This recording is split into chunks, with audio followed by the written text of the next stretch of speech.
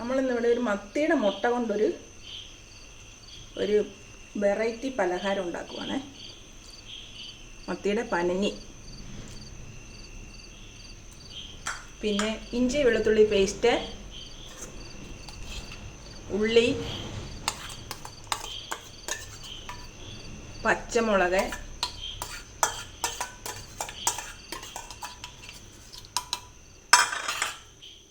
കുരുമുളക് പൊടി,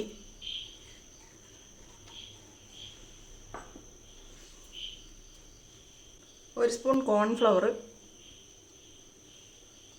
ഒരു 1/4 സ്പൂൺ കാശ്മീരി മുളക് പൊടി, 1/4 സ്പൂൺ മഞ്ഞൾപ്പൊടി, ശകലം ഉപ്പ്. ഇതെല്ലാം കൂടെ നമുക്കൊന്ന് മിക്സ് ചെയ്യാം.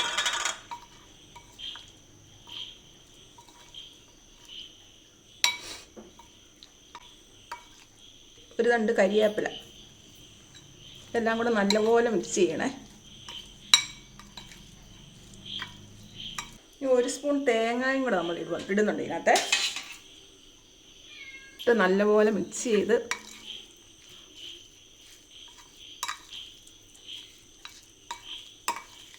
ഒരു 10 മിനിറ്റ് നമുക്ക് അടച്ചു വെക്കാം.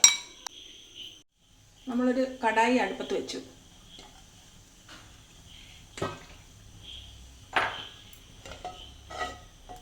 കുറച്ച് എണ്ണ ഒഴിച്ച്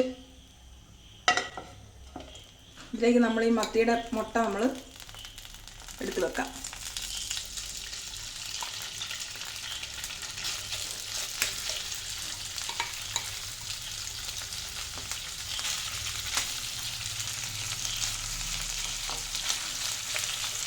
ചെറിയ തീയിൽ ഇത് മൂപ്പിച്ചെടുക്കണേ.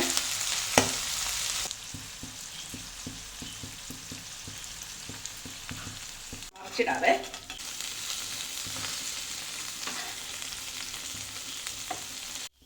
അപ്പം നമ്മുടെ മുട്ട ഏകദേശം റെഡി ആയിട്ടുണ്ട്. ഇനി നമുക്കിതൊരു പാത്രത്തിലേക്ക് കോരി വെക്കാം.